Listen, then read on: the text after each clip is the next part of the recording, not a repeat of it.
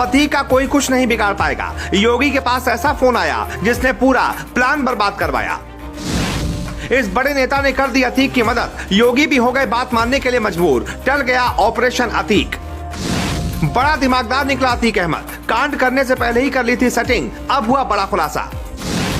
इस दिन तक अब कोई अतीक को हाथ नहीं लगाएगा। अब योगी को भी करना होगा इंतजार। सारा प्लान हो गया बेकार। जी, पूरा प्लान तैयार था। अतीक के खात्मे का खाका भी तैयार हो चुका था। अफसर भी लगा दिए गए थे। सभी को उनकी जिम्मेदारी सौंप दी गई थी। गाड़ी पलटने ही वाली थी कि योगी के पास फोन आ गया कि अतीक को कुछ नहीं होना चाहिए। इस मैसेज के बाद पूरा खेल ही बदल गया। योगी का गुस्सा ठंडा हो गया और अतीक के केस की चर्चा होनी बंद हो गई। योगी का ऑपरेशन अतीक ठंडे बस्ते में चला गया। ये अतीक का दिमाग था कि उसने उमेश पाल की हत्या करने से पहले ही पूरी सेटिंग बैठा ली थी। चलिए अब पूरी खबर आपको बताते हैं। अतीक के इस पूरे खेल को समझने के लिए 3 बातों को समझना होगा। नंबर 1, अतीक को पता था कि योगी उसके पीछे पिछले कई सालों से पड़े हैं, फिर भी उसने उमेश पाल की हत्या क्यों की। नंबर 2, योगी राज में भी अतीक ने बीजेपी नेता की हत्या करने की हिम्मत किस नेता के दम पर की। अतीक को किस बड़े नेता का सपोर्ट था। नंबर 3, हत्या के बाद अतीक के 2 प्यारे तो मारे गए, लेकिन अतीक का बेटा और उसके प्रमुख शूटर अभी भी पुलिस को क्यों नहीं मिल पा रहे। क्या योगी को आए फोन के बाद मामला ठंडा पड़ गया। खबर के मुताबिक उमेश पाल की हत्या से पहले ही अतीक ने अपनी जान बचाने की सेटिंग कर ली थी। अतीक को पता था कि इस कांड को करने के बाद बाबा उसे नहीं छोड़ेंगे, इसलिए उमेश पाल की हत्या से ठीक 1 महीने पहले अतीक ने बचने का पूरा इंतजाम कर लिया था। अतीक ने उस नेता का हाथ थाम लिया था जिसकी बात इस वक्त योगी आदित्यनाथ भी नहीं टाल सकते। इस पूरी खबर की टाइमिंग को समझिए।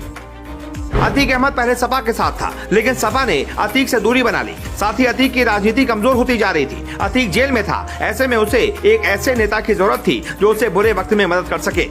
पहले उसकी पत्नी ने ओवैसी की पार्टी को ज्वाइन किया था। खबर थी कि अतीक की पत्नी ओवैसी की पार्टी से चुनाव लड़ेगी, लेकिन अतीक को ओवैसी से कोई फायदा नहीं हुआ। इसलिए उमेश पाल की हत्या करने से ठीक 1 महीने पहले अतीक की पत्नी ने बसपा को ज्वाइन कर लिया। राजनीतिक पंडितों का मानना है कि अतीक को पता था कि अगर उसने यूपी में कुछ किया तो बसपा पार्टी उसे बचा सकती है, और वही होता दिख रहा है। उमेश पाल के मर्डर के बाद मायावती ने साफ तौर पर कह दिया कि वो अतीक की पत्नी को पार्टी से नहीं निकालेंगी। माना जा रहा है कि 2024 लोकसभा चुनाव से पहले मायावती अतीक पर कोई कार्रवाई करके मुसलमानों के साथ कोई रिस्क नहीं लेना चाहती। अतीक पर कोई भी ठोस कदम उठाना मायावती को भारी पड़ सकता है। वहीं बीजेपी भी चाहती है कि मुसलमानों की वोट बसपा को मिले, ताकि सूबे के सारे मुसलमान केवल सपा पर न चले जाएं। ऐसे में माना जा रहा है कि लोकसभा चुनाव तक योगी अतीक पर कोई एक्शन नहीं लेंगे।